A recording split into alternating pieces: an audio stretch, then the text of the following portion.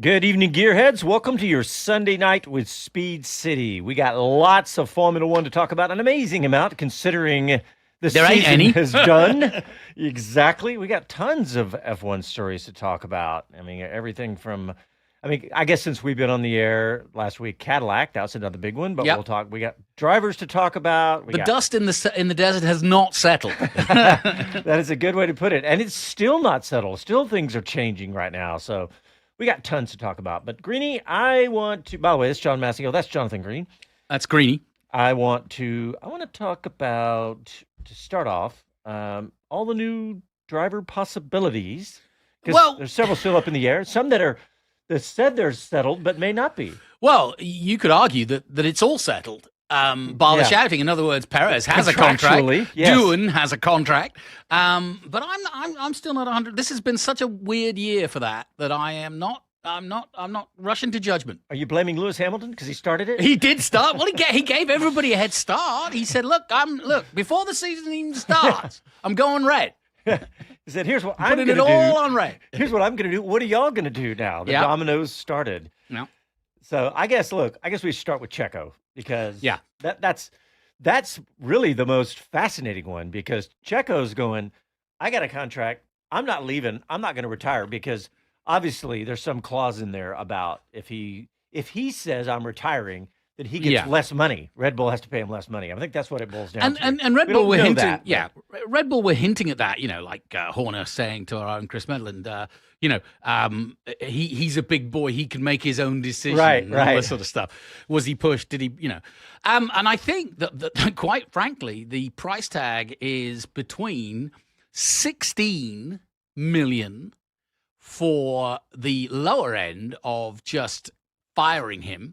That's the lowest, and I think that's like half what they owe him over 2 years. Yeah, 30. Yeah, it's kind of the number. But the figure that's also been banded around with new sponsorships and with a combination of the money he brings and so on, upwards of 75 million euros was one of the quotes. Wow. So you can understand why they are tiptoeing around this. I don't think it's tenable at all that Perez stays. He scored 1 point in the last 6 races. Yeah. It's just not good enough. Well, and let's not forget that we were supposed to know by now. I mean, last weekend we were all saying, "Oh, we'll know by early next week." There was Monday after Abu Dhabi, remember? Yeah, we were saying they were going to have the board. Not do but done. Done. But we were talking about they were going to have a board meeting, and that Checo was the primary discussion topic for that board meeting. And here we are a week later, and we still don't have an answer. It is amazing that a company as big as Red Bull can take a decision in June that completely wrecks all the good that they've done. Yeah. Well, and think about the financial impact just of this year of not winning the Constructors' Championship. Let's face it, that they certainly would have been well into the hunt and certainly probably would have been ahead of Ferrari, but it would have been worth, tens of millions of dollars. So the numbers that we're talking about, 30, 75 million, those are not unreasonable numbers considering what they gave up to keep him right where he is. And I was looking at the Constructors' Championship over the years, and now McLaren have gone to 9, which is equal to Williams. Ferrari have 16. That's a good stat. Right. But how about this? Guess who has 6? Red Bull. Yeah, I did see that. Now, I know they don't have the history of either a Ferrari or a McLaren in terms of time. Because they're so recent, it doesn't feel quite as... But what I'm getting at is that they've had drivers' champions, but they haven't always won, they haven't followed that up with the constructors. It's not the first time. Yeah, that's true. Yeah, it is rare. Like Chris was saying, it's only, 2 times that the champion was on a team that didn't finish in the top 2? Yep. So, fascinating stuff. But with Checo, we don't know. And I'd hate to be Tsunoda or Lawson right now, but not sleeping. That's the next topic here. Every other question is so. Yeah. That's all people are asking them. You and I had a good discussion earlier today, just talking about the show today, about Tsunoda versus Lawson. And we were both saying they're both not afraid. I was saying, well, Lawson had an advantage that he's not afraid to go toe-to-toe with Alonso, Hamilton, on and on and on. He did not back down to anybody. But you said Tsunoda's kind of the same way. Yeah, I mean, they're very different characters, of course. And funnily enough, they're good friends, Lawson and Tsunoda, or they were. Yeah. But they go about the same job in a very different way. I think. Okay, if we just want to put character assassination, because there's no question that the Poison Chalice is the guy that gets to drive alongside the best driver in the world. And that was true of Schumacher. It was true of Senna. It was true, Right. and it is true of Verstappen. So, you know, you're always being handed it on a plate if that is your teammate. So this is not unusual. It isn't shock, horror, gasp. Perez is not as good as Verstappen. This has always been the way. And in fact, a lot of drivers have taken the money to be the second driver, as Perez did. Let's face it. Look what happened before him. It was a litany of Albon, Gasly, Revolving door. Revolving door. So yeah, I mean, let's put that aside for 1 second. In that it's always been that way, right? Yeah. But this one's different because now you've got to think about mental fortitude.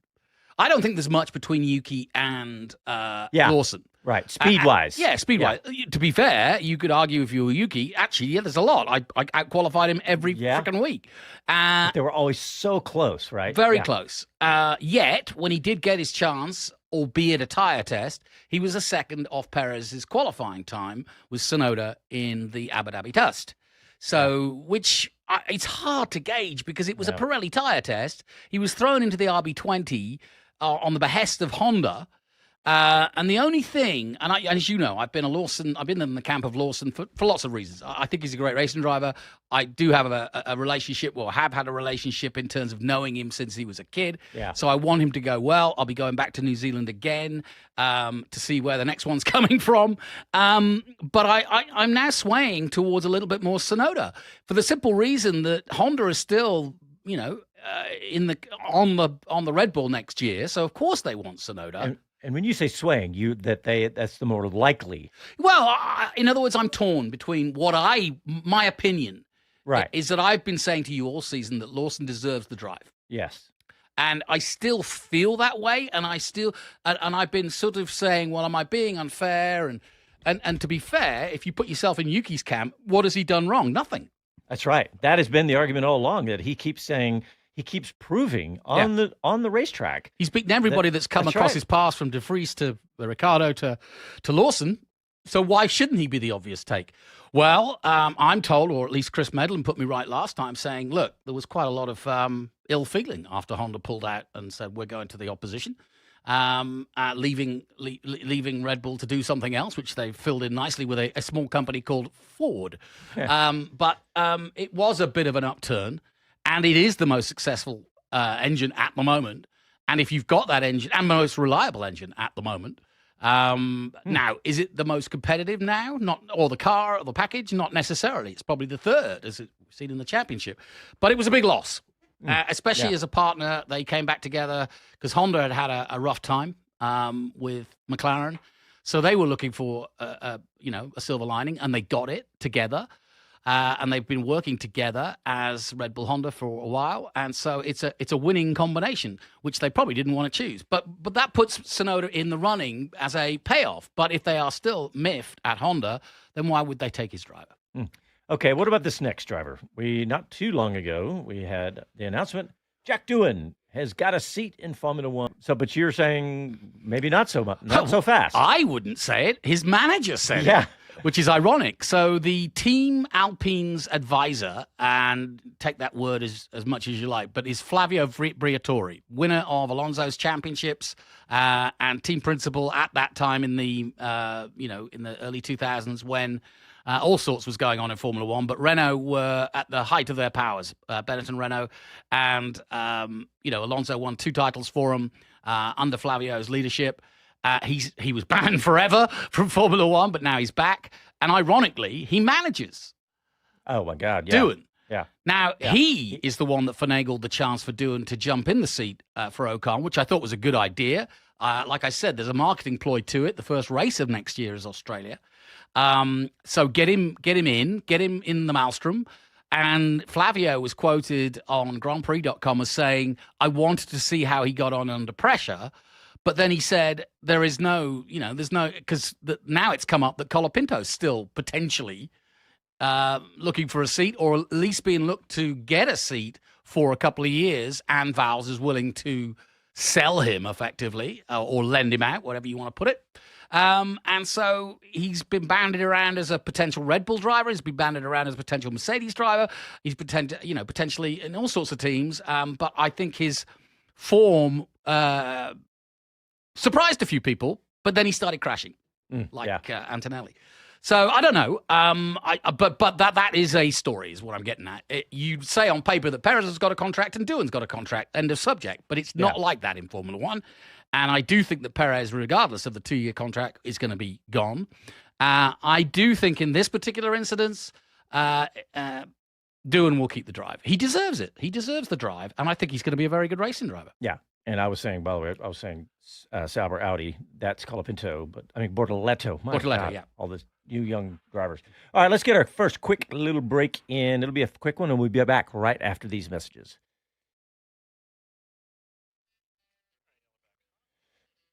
All right, we're live on YouTube. Got a quick one break here, guys. Mike Bowles here, Kevin Kelly, TW, you're awake.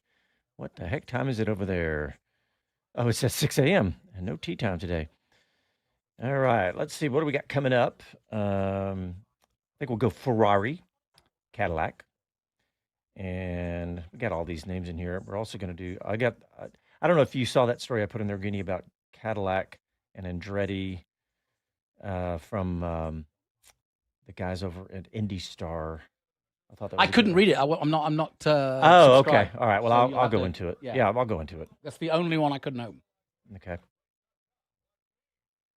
We got that. So what are they saying on the interwebsness?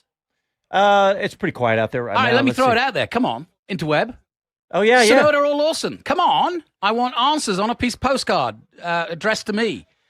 Hey. Sonoda or Lawson for the drive, or Perez to stay, whichever. All right, coming back.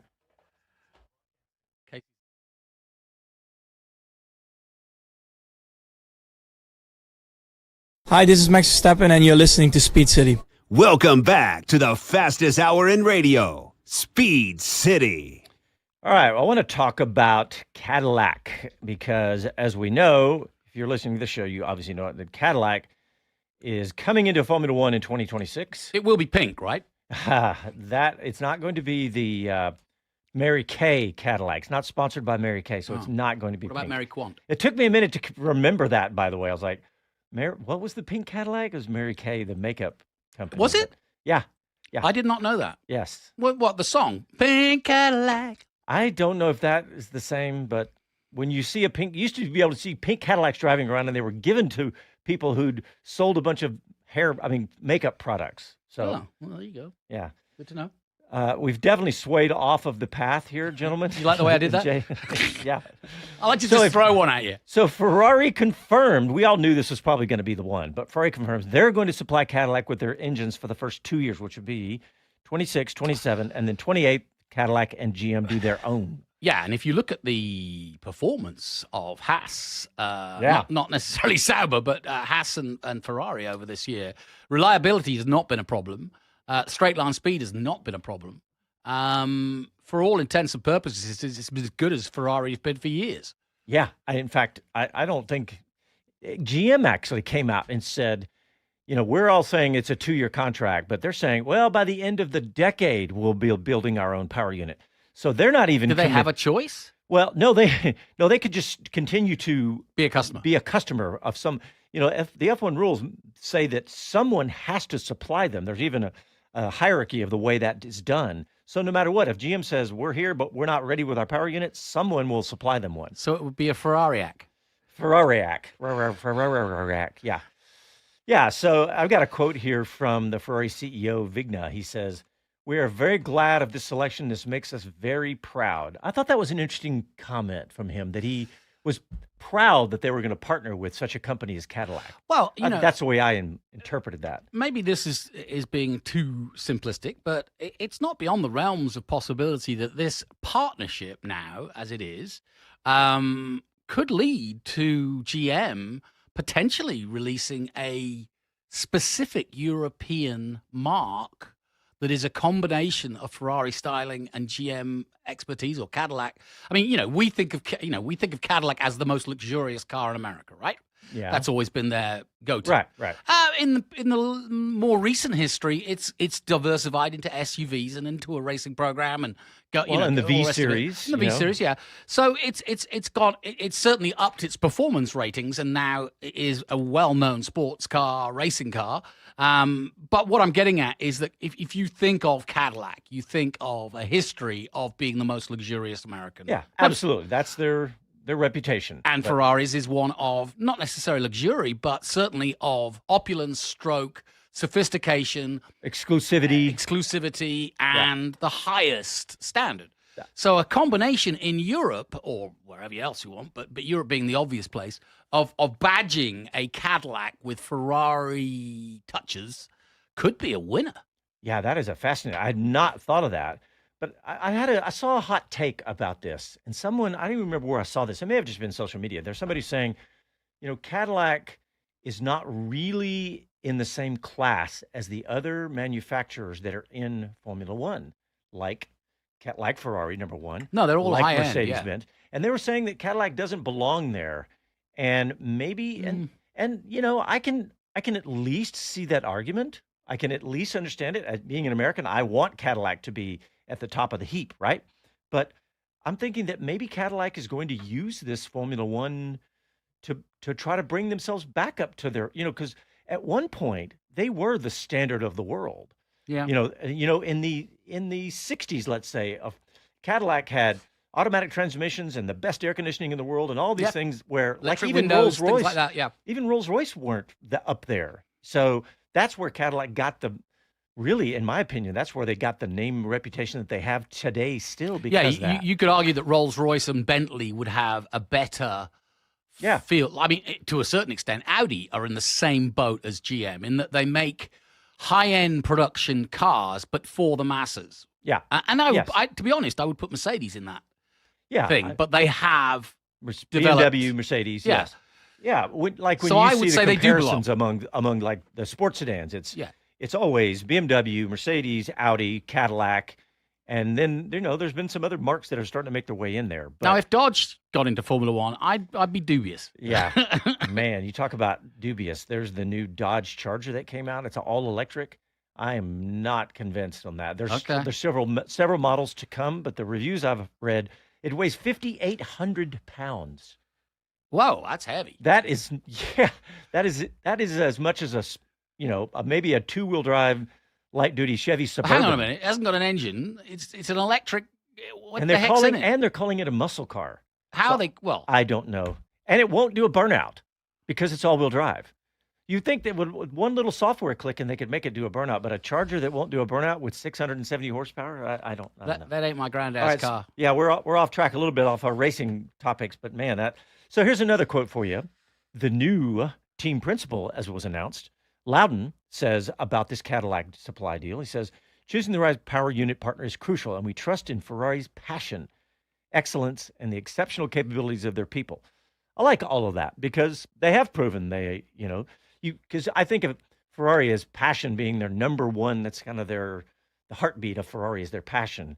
But the excellence and fantastic capabilities of their people has been proven out this year, especially. They almost won the Constructors' Championship. Yeah, I would argue that the two major engine suppliers right now, Mercedes and Ferrari, have now got a good record of supplying.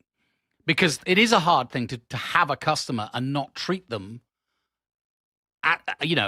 as a client because you're competing against them. Yeah. And as we saw this year, I mean, McLaren using a Mercedes won the championship. Yep. And that doesn't sit well with Mercedes. Yeah, well, and it shouldn't, but I do get it. All right, so one last topic on this Cadillac supply deal. CEO of Ferrari Vignes also reiterated that Ferrari would present its first fully electric car in 2025. That is a whole nother show and whole nother topic, but I just thought it was fascinating that they kind of announced it. They reminded everyone in this same press conference, they're using the platform of Cadillac and Formula One and all that to mention that their first fully electric car coming out in 2025, which is, right around the corner. I don't know. They didn't say the dates, but that to me, that is just going to be weird to think about an all electric Ferrari. But we shall see. Yeah, especially as it's literally distinctly known by its sound. Right, right. Another topic, Greeny, is I had to laugh when I see this. Another name change for RB or VCARB or whatever the heck they are. I almost didn't even click on it. I was like, I don't even want to know. How about Toro Rosso? Yeah. Yes. All right. So, I mean, what was wrong with Toro Rosso? I have to go down the article because I can't remember. I thought yes, okay, it is Racing Bulls. The new FI entry list for 2025 revealed today shows that Racing Bulls has replaced Red RB, in the team's nomenclature. Well, that is a load of Racing Bulls. Yeah. Originally named it Toro Rosso. They rebranded as AlphaTauri in 2020, but last year AlphaTauri was a mistake. That was a fashion brand. Yeah. An RB VCARB. That was a money VCARB play. Visa madcap was stupid too. I know. We never knew what. In fact, everybody at the start of the year was calling them different things. Yeah. And then by the end of the year, I think everybody kind of just went back to RB. I mean, get with the program, folks. Bob Smith is never going to be a quarterback, is he? Or a rock star. So, if you're going to get into naming, come up with something that suits what you're doing. Yeah.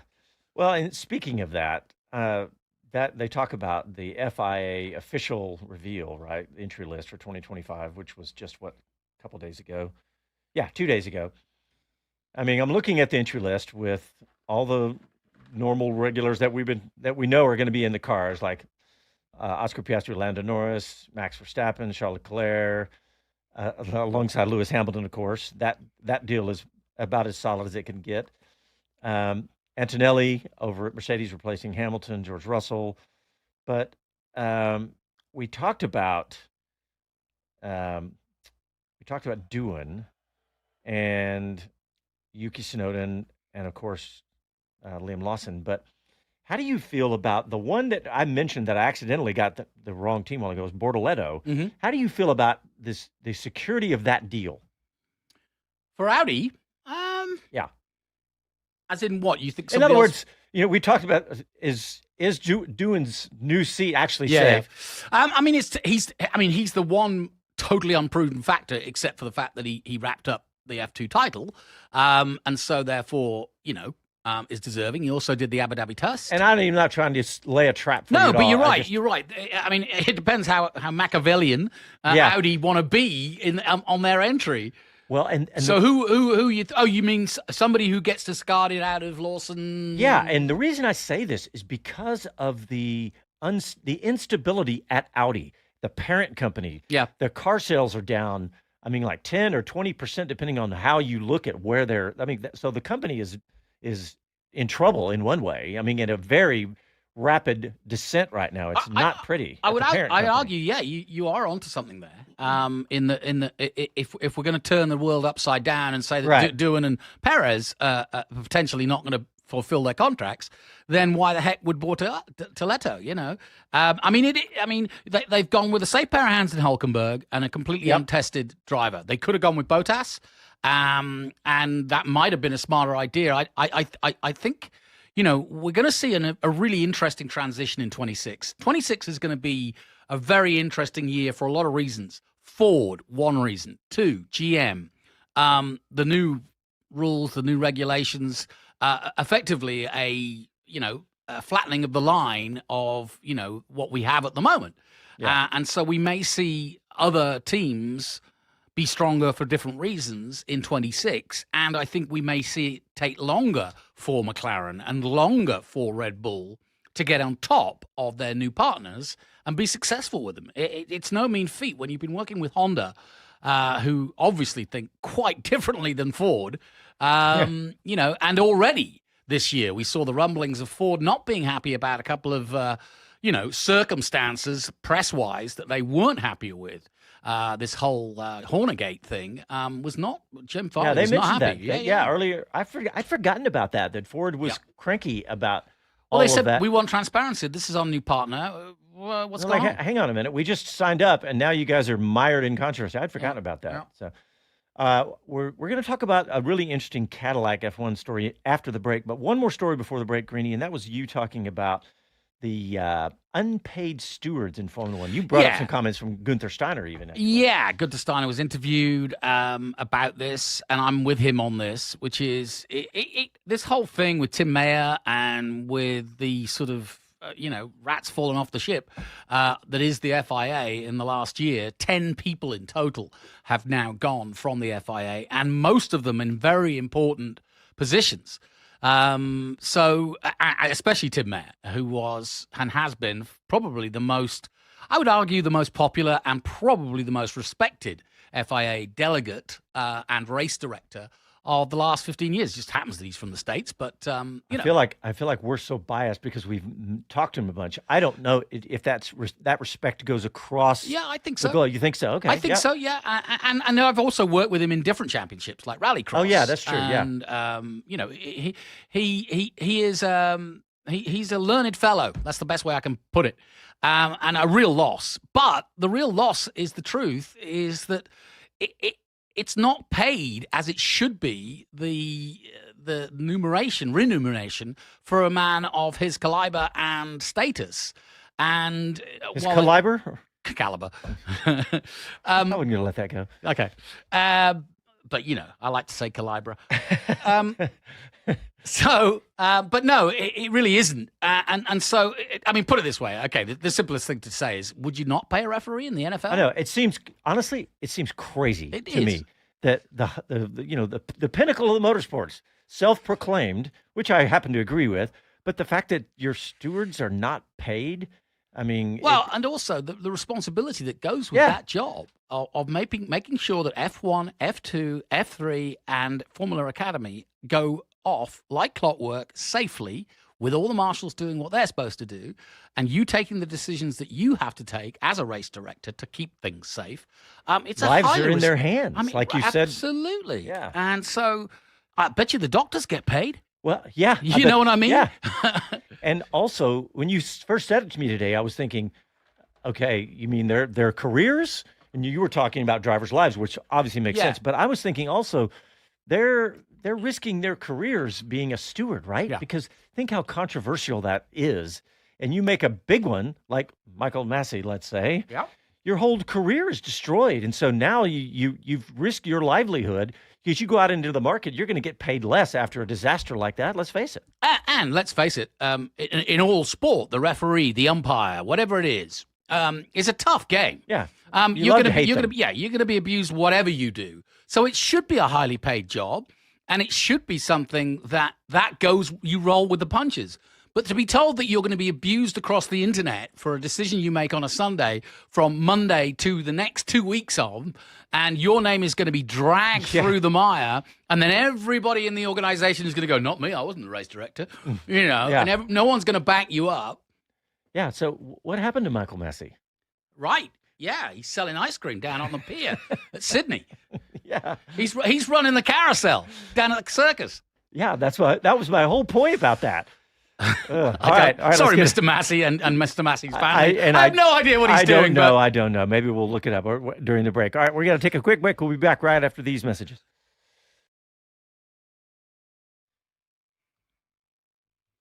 Now I have to look it up. What happened to him? Well, that's where we bring the internet in, isn't it? Well, I'm looking at actually Wikipedia. I thought this is actually a pretty good spot for Wikipedia. But post Formula One, he left the FIA in order to return to Australia. Yeah, spend more time with his family. That is so the what did he do? Well, hold on, let me finish. He said you have to laugh at that. That's what everyone always says, no matter what they say when they're leaving. Yeah. In September of 22, he was appointed the independent chairman of Supercars Commission. Okay, that makes sense. He's going back to Australian motorsport roots. He was appointed to the board of directors of the Karting Australia in December. And due to the abuse and death threats he received after the Abu Dhabi Grand Prix and the exhaustion of traveling to different countries as a race director, he sought help with his mental health. Absolutely. And now I feel bad for saying all that because absolutely, I completely believe that happened. Wow. Yeah, Andrew, AP has put, Massey is V8 Supercars. Yeah, he's right. Hey, you better be paying me a lot of money if I'm going to get death threats. Come on. Exactly. All right, coming back.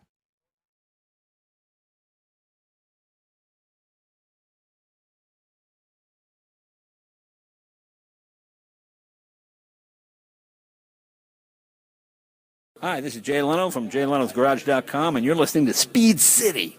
Welcome back to the fastest hour in radio, Speed City. All right, I want to talk about Cadillac F1 again. I know we talked about it earlier in the show, but I stumbled across a really interesting article on IndyStar.com, and I'm going to bring that one up because I've got all my notes, but I've forgotten the gentleman's name who wrote the article. He's actually been on the show even, but it was a really good article, and here's his name. It is, oh my gosh, I'll get it here in a second. But anyway, the article talks about the fact that the headline is Insider. It says Cadillac F1 team loses essence without Michael Andretti.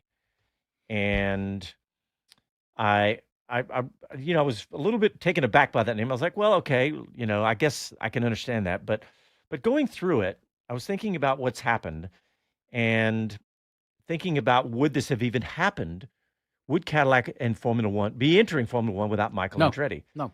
And I that was my gut feeling, but and Dan Travis as well. yes, I am really embarrassed that I can't remember his name, F1 writer, because I'm going to look it up because I've got to give him the due. Well, ask me a question, and while you're doing that, Well, yeah, okay. I before I ask it, I want to just go into a couple things here. Number one is that it was, I agreed that yes, number one, it wouldn't happen without Michael. But in the article, they talked about the fact that it was actually said by Mark Royce, the CEO of Formula One. He says, CEO Mark Royce admitted that nearly 2 years ago, it was Michael's vision and vigor that drew General Motors into the fold. Not Drive to Survive, not a second, now a third American race. It wasn't all the races, and not even to keep up with Ford, who is, that's one thing that we talked about. But he said it wasn't all about that. He said we weren't searching necessarily to do, but it was Michael that kicked it off. And I was personally really over the moon after talking to Michael. He said this in January of 2023. And that's not just us saying that. That's the head of GM. I mean, as the foreigner here, I can say this. I think that the wind is taken out of the sails when you take the name Andretti, which is royalty in racing terms in America. There are only three names: Penske, Ganassi, and Andretti. That really are the founding stones of American motorsport. And I apologize to anybody who wants to argue with that, but I mean, they can have their opinion, but I happen to agree with that. I feel that's the Mount Rushmore of American motorsport. So that said, to take the Andretti name completely out of the equation, I thought was really kind of callous in some ways and not a good marketing tool. Now I know that Mario is on the board, but that's like a consolation prize. Come on. Yeah. And that's like saying, we don't like Michael, but we know that you were a world champion, so we'll keep you along for the ride. And I don't think Mario's going to enjoy it. Yeah. It's, his boy's not there. Yeah. Nathan Brown, by the way, is the writer of the story. Go. Sorry. We was behind the paywall and I didn't have it logged in. But so going back to that, I agree, but I also, Michael, when he got into racing, one of the things when he left racing, got into team ownership. He talked about, in this article, quotes him where he was saying things like, a lot of race drivers, they don't know what to do after they leave racing. And he kind of was doing the race team ownership thing for his dad, for Mario, right?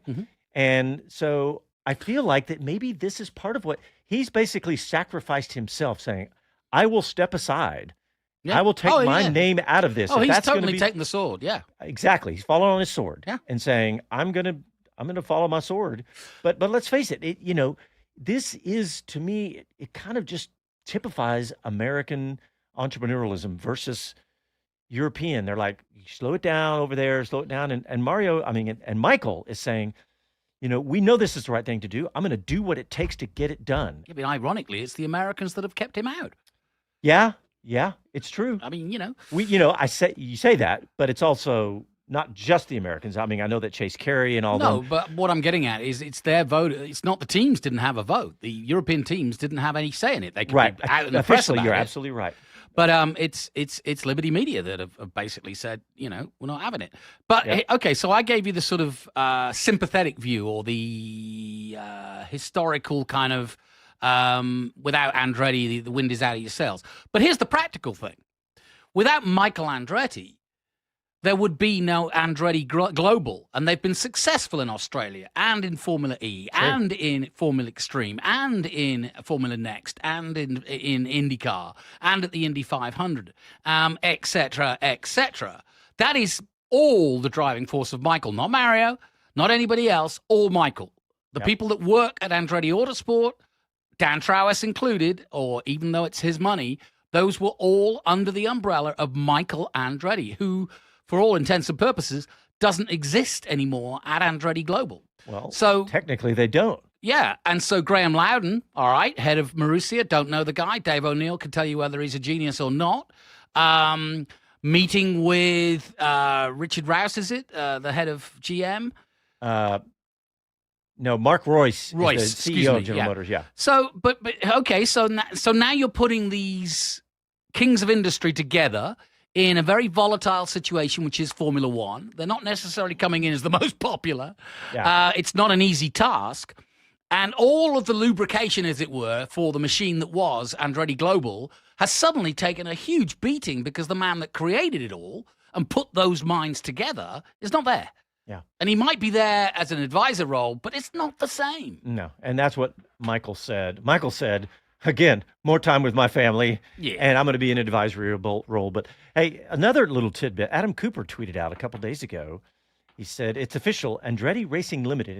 And he did a screenshot of took a photo of this document that apparently is like in the UK where you register your official name, like Secretary of State here in the States. Yep. And it says, it's official, Andretti Racing Limited, the company behind the UK operation, has become Cadillac Formula Racing. So, I mean, again, it's remember when a Michael great said, gazump, isn't it? I mean, it really is. When Michael said, we're not stopping. We're going to continue to develop. And they started hiring people all the way early part of this year. And they built this organization that Michael said, come hell or high water, we are going to make this happen. And now his name was just removed officially from the organization. And when you think about it, there must be some AI bot that could tell you how often the word Cadillac was used in association with Formula One up until this year, and the answer would probably be 0.0000, Right. And then compare that with how much work has been done by the name Andretti with regards to trying to get a Formula One drive over the last 6 years, including physically employing 200 people. Think about that, 200 people. Yeah. I know that doesn't compare to, let's say, Mercedes with 1,000 or Red Bull with over 1,000. I don't know. But the bottom line is they're not even racing until 2026, and they've already got 2 factories. Yeah. Well, let's face it, to get on the grid in 2026, they better have started already. Yeah. And because they wouldn't have been able to do it. Like, I was talking to somebody who was a friend of mine that's not really an F1 huge fan, and he was like, oh, so they're going to wait till 2026? I was like, no. Yeah, you don't just announce and then you're jumping into Formula One. I mean, technically, they're really waiting till 2028 to fully get into Formula One. So the best analogy I can give you is you don't go to the moon. Right, I was about to say, you don't go, hey, I knew it. Let's build a rocket, but we'll build it next week for a launch the week after. No. We're going to go to the moon, yes. Yeah, so, I mean, I honestly, I get it with Michael, and he's kind of given this gift to his dad and said, I know this is always your dream. And Mario is saying he's given this gift. He was forced out. Yes. Honestly, but he could have said no. He could have said, I'm not. Yeah, but I think the Dan Trowis, I believe, talking to Medland, that the Dan Trowis money was what was sustaining Andretti Global. Oh, it already was. That's for sure. And that's fine. And he was actually more passionate about getting into Formula One, perhaps, than Michael. And Michael, doesn't need Formula One. Yeah, and he so it could have been Trowis. He doesn't need to be treated like, an underling. Towris, by the way. Towris, yeah. Towris could have been the one that made that decision. I think it was. We don't know the financial details of Trowis's investment and shareholding between Michael and Andretti Global? We don't know how all the numbers took place. I think it was probably an easy conversation. Dan probably picked up the phone and said, "Listen, this is where we stand. If we want to move forward with this project, you're going to have to step down because they don't want you. You're the one stopping them. You can still be a part of it. You are going to get all the profits if we make profit." Who knows? Yeah. Right. But my point is, this is the roadblock. They're not gonna, the reason, I mean, it is an odd one and it's going to come out. It'll come out over the years. And there's something, I mean, for Greg Maffei to say over my dead body at Miami, I thought was really harsh. I remember that. So Michael has done something. Yeah. That is wandering through the paddock with a sheet of paper, getting people's signatures in Miami, if you remember that. Yeah. And I still think the Congress thing and the way the Andrettis use their stole power. That was literally. Well, I was just going to bring it up. It's like that is, who knows where that played into this whole scenario. Yeah. We don't know because, look, you get a bunch of angry congressmen going, "Hey, you guys are violating antitrust or whatever the argument was." That's not nothing. And by the way, it goes to the thing that was slapped on Cota about the track invasion. Reading between the lines, there were words used that weren't that Tim Mayer was involved in the process of the appeal, and the reason he appealed it was that the use of the language were tantamount to saying negligence, which is a very legal high standard for running an ongoing business if you are found to be negligent. And so obviously, quite rightly, they appealed that, and that's why it was, watered down. But my point is, the fine was reduced. Yeah, but when you, the reason I'm using that analogy is to say you got to tread carefully when you start messing with the American Congress and the American law, because it is an American company now. And Liberty Media, that I would have believed would really get their noses out of joint if they genuinely thought that this could be a stain-stroke law case, anti-monopolies. I mean, think about that onion once unpeeled. Yeah. I mean, think about what Ferrari has been receiving. Their extra money that they get for legacy. It's hardly the way you run a business from I've scratch. always had a hard time wrapping my head around that. Oh. When I first learned about it, I was like, wait a minute, hang on a minute. But when Ferrari cheat and they use their fuel, we'll just give them a $400 million fine and that's that put to bed. No, it's actually sweep under the rug. Sweep under the rug. That's... I mean, I know I'm tiptoeing on eggshells here, but at the same time, that this is Formula One. It's always been that way. Flavio's back in charge of Alpine, and he was banned for 100 years. This is what our Sunday night show is for. We're not official or anything here. We can say whatever the heck we want to. However much we want to risk. Good night. Yeah.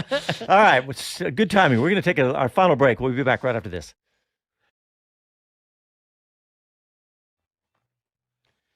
Okay, YouTubers, I have a bone to pick with you guys. I was talking to the guy with the calendar, Saison73.com. Let me bring that up. And he said there haven't been very many orders. I was like, what? We brought this calendar in, and it's an awesome calendar. I have one on my wall. You got one on your wall. Yeah, I do. And he said, nobody's buying this. I'm like, everybody watching on YouTube right now, instead of hitting whatever button you can hit to send us bucks, it's $19.95 to go buy this calendar. I implore you, please go buy some of these calendars, because if you don't want it, to give it to somebody and say, who's a budding F1 fan, and say, here's the history, because it's all about the history. And it's an awesome calendar. It's big. It's like 11 by 17. It is a fantastic calendar. And this is a freebie for the guys, because I just felt bad. I was like, they need to be doing that. Can you get access to our breaking news? Little sounder? Only if Casey's paying attention. It is late on a Sunday night. I think he's ready. He's Forget all that. Yes. We have a listener in Northern Idaho. Now that is breaking news. We've broken the glass ceiling. Oh, Todd Dauber's been here before. All right, here we go. Coming back.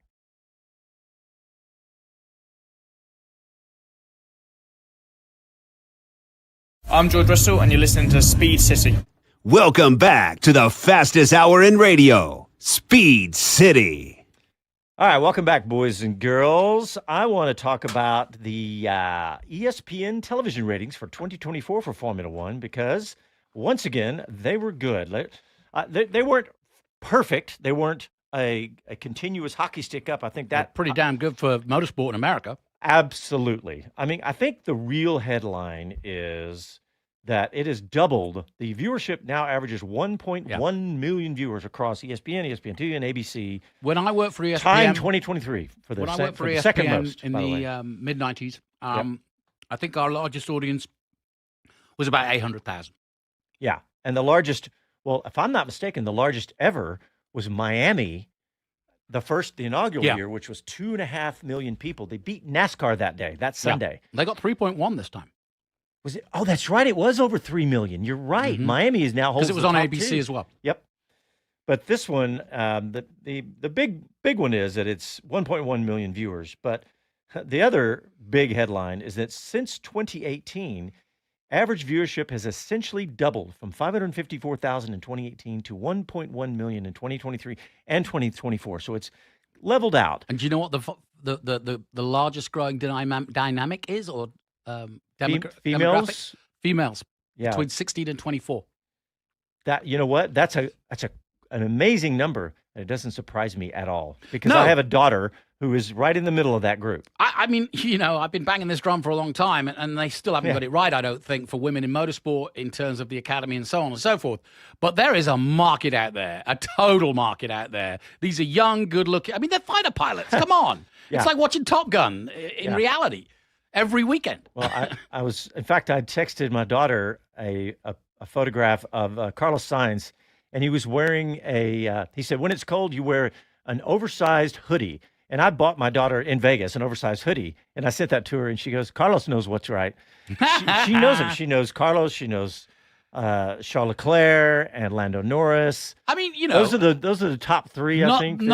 You like myself have been in many a waiting room for the doctors, and that's when you finally read your Vogue or your Women's Weekly, and that's that whole everything in those magazines is what Formula One offers at high octane money, show, fashion, glamour, intrigue, good looks. I mean, it's a red carpet going round and round and round. And what was the thing I texted you about a month ago? I said, you were right, Johnny, about female products being advertised. Oh, makeups, and I forgot what that was. But well, maybe you were talking about the fact that finally the lipstick manufacturer was on the Academy car. I think that's what it was. Yeah. Yeah.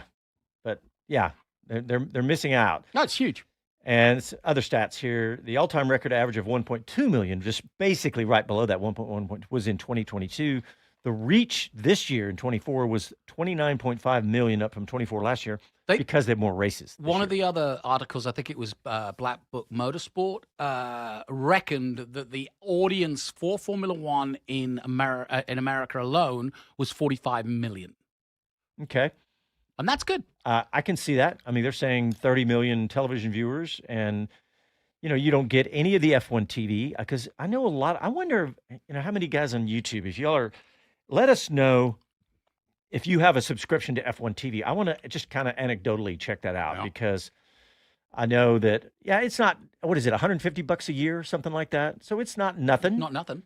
And you do get virtually everything if you have ESPN, especially if you have the app or if you have something like YouTube TV. You can get literally every single session. Now, you don't get all the pre and post and all of the other stuff that you get, and you do get different commentators on F1 TV. Oh, yeah, true. Can I get on my high horse, though? I still think it's Saddle wrong. up, buddy. Saddle up. I'm getting in the saddle, and I'm hoofing out because I'm fed up with the fact that F2 and F3 and F1 Academy are put behind the paywall as though they're the ones you want. And if you are a fan, in other words, okay, I'll pay extra for that. Because the truth is, you won't. Yeah. And you therefore don't know who the heck Bortoleto is, can't even say his name, and Antonelli, but you would know all too well if you were able to watch it on ESPN. Now, I don't mind F1 TV Pro putting it as part of their package for their $150, makes it a very juicy package for all the Formula One. But you can't get it on ESPN, is what you're saying. You can't. Well, unless you're subscribed for $10.99 for ESPN right. Plus. I forgot about that. And that's right. I mean, I get it. It's how companies, cable companies, now surviving. But at the same time, putting stuff that is peripheral to the main event behind the paywall. I know, You doesn't wouldn't make do that sense. in a boxing match. Right, doesn't You make put the sense. Tyson match, behind the paywall, but you wouldn't put the lead up. Right. Yep. Makes total sense. I had a little transition here we're talking about the stats, the viewership on ESPN. Something that's going to affect that in I think, a pretty big way is this guy, Sonny Hayes, coming into Formula One next year. I know about him. Yeah. He fainted, didn't he? I hope it looks better in the movie because the video that I saw of him fainting, and what we're talking about is Brad Pitt, the new movie that's coming out in That's the name summer of the next character. year. That's his character. Well, I watched the X stuff where they were trying to get a crash and they wanted a reaction from the crowd. Oh, really? And they were like, no smiling. Yeah. Yeah. It's like, what? They're telling people how to become actors. But that is going to be a big summer film for 25 on Formula One. I think it'll be a hit and a miss, and I think it'll be a hit. It's got Brad Pitt in it. Of course, it's going to be a hit. Yeah, and Jerry Bruckheimer is the executive producer. Jerry Bruckheimer makes the film. It's going to be good. They've done what very few people, well, nobody's ever been able to do, which is work with Formula One at close quarters to a point where they were actually on the podium at Abu Dhabi with George Russell. Well, they've been in the garages. They, know, already. They were at COTA. And don't you find it ironic? We should reach out to the movie and start getting some clips because the film actually. I now did a bit of digging. The film is actually about an 11th team coming into Formula One. So that's great. Talk about life imitating art. I mean, art imitating life. Oh, that's great. The whole point of the movie is to bring back Brad Pitt out of retirement after a rotten crash. He's got a young rookie to look after. I mean, I know it's Days of Thunder all over again. Win. Yeah. But at the same time, it is about an 11th team coming into the establishment. So it's cool. kind of funny. Yeah, the team is the APXGP team. I was actually showing somebody some photos of Vegas, our booth, how close it was to the track the other day. Yeah. And they said, what car is that? And I had to take a second look, and I said, oh, that's Sonny Hayes' car. I didn't realize that I had a video of his car going by our booth. That's right. Yeah. Well, because if you remember, we heard the low rumble of them. We were like, what the heck's that on track? Yeah. And we couldn't work it out. And then the next morning we came back in, and one of them was crashed. And it was the Formula 2 car. Yeah. And I was like, I wonder if that was a mistake while filming or whether that was part of the movie. Yeah, part of the script. Yeah. Anyway, I think that's going to make a big difference, and I think that will definitely affect viewership. I think it's just too big, right? Got a couple minutes left here. I saw this story. Daniel Ricciardo, no interest in F1 that return with Cadillac. Doesn't surprise me. It doesn't me either. In fact, yeah. I mean, the only reason Ricciardo wanted to come back was to be in a competitive team, and he's not going to be. I mean, not immediately anyway. That's right. He'd be a great pair of hands, and I could see him being a fantastic ambassador to Cadillac. To the lines of how McConaughey is to Lincoln, if you want. Yep. Or was. I don't know if he still is, but a great ambassador, perfect guy to sort of cross over so many different dynamics, and Ricciardo would be good at that. But it doesn't surprise me. He doesn't want to. I think he's done. Yeah, I do too. I think he's had enough of the, am I in or am I out? Oh, yeah. I don't blame him. Hey, look, go. I saw him at baseball games here in the States, and or it was NFL games, I think is what it was. But yeah, he'll find his niche. Yeah. Just a couple more time for a couple more stories. This really cool tweet from Formula Data Analytics talking about the Ferrari being their most successful car since 2018. Yeah. They scored 27.2 points per Grand Prix. And actually, that was a tie with the 2018 team. But the latter got one more win, and fewer points were on the table because no sprint races. Okay. But anyway, so 6 wins this year, right? 27.2. Right there on the precipice That's the of average, constructors. what, per weekend? Yeah, per Grand Prix. That's pretty impressive. Per Grand Prix, yeah, absolutely. Think about that. I mean, Hmm. that's essentially a win. And that's, if you think about it, That how means- they beat Red Bull. Because that means you're in the top 10 every week. yeah, Both exactly, cars. both cars. Yeah. I just thought that was a good stat. It's a good scout, yeah. And let's see. You'll be relieved to know that Max Verstappen did serve his community service. He did time. in Rwanda, right? Yes, in Rwanda. Yes. And you know what? We hadn't even talked about that. we actually skipped right over one of the biggest headlines of the week. Rwanda confirms bid to host a race in Africa. They're trying to. Yeah. I mean, I'm all for having one on the African continent, no question. But really, Rwanda? Again, that's politically incorrect for me to say that. Why not Rwanda? I mean, they were but Vietnam did not make it. Turkey was on again, off again. When you start going to places, I mean, Austin made it.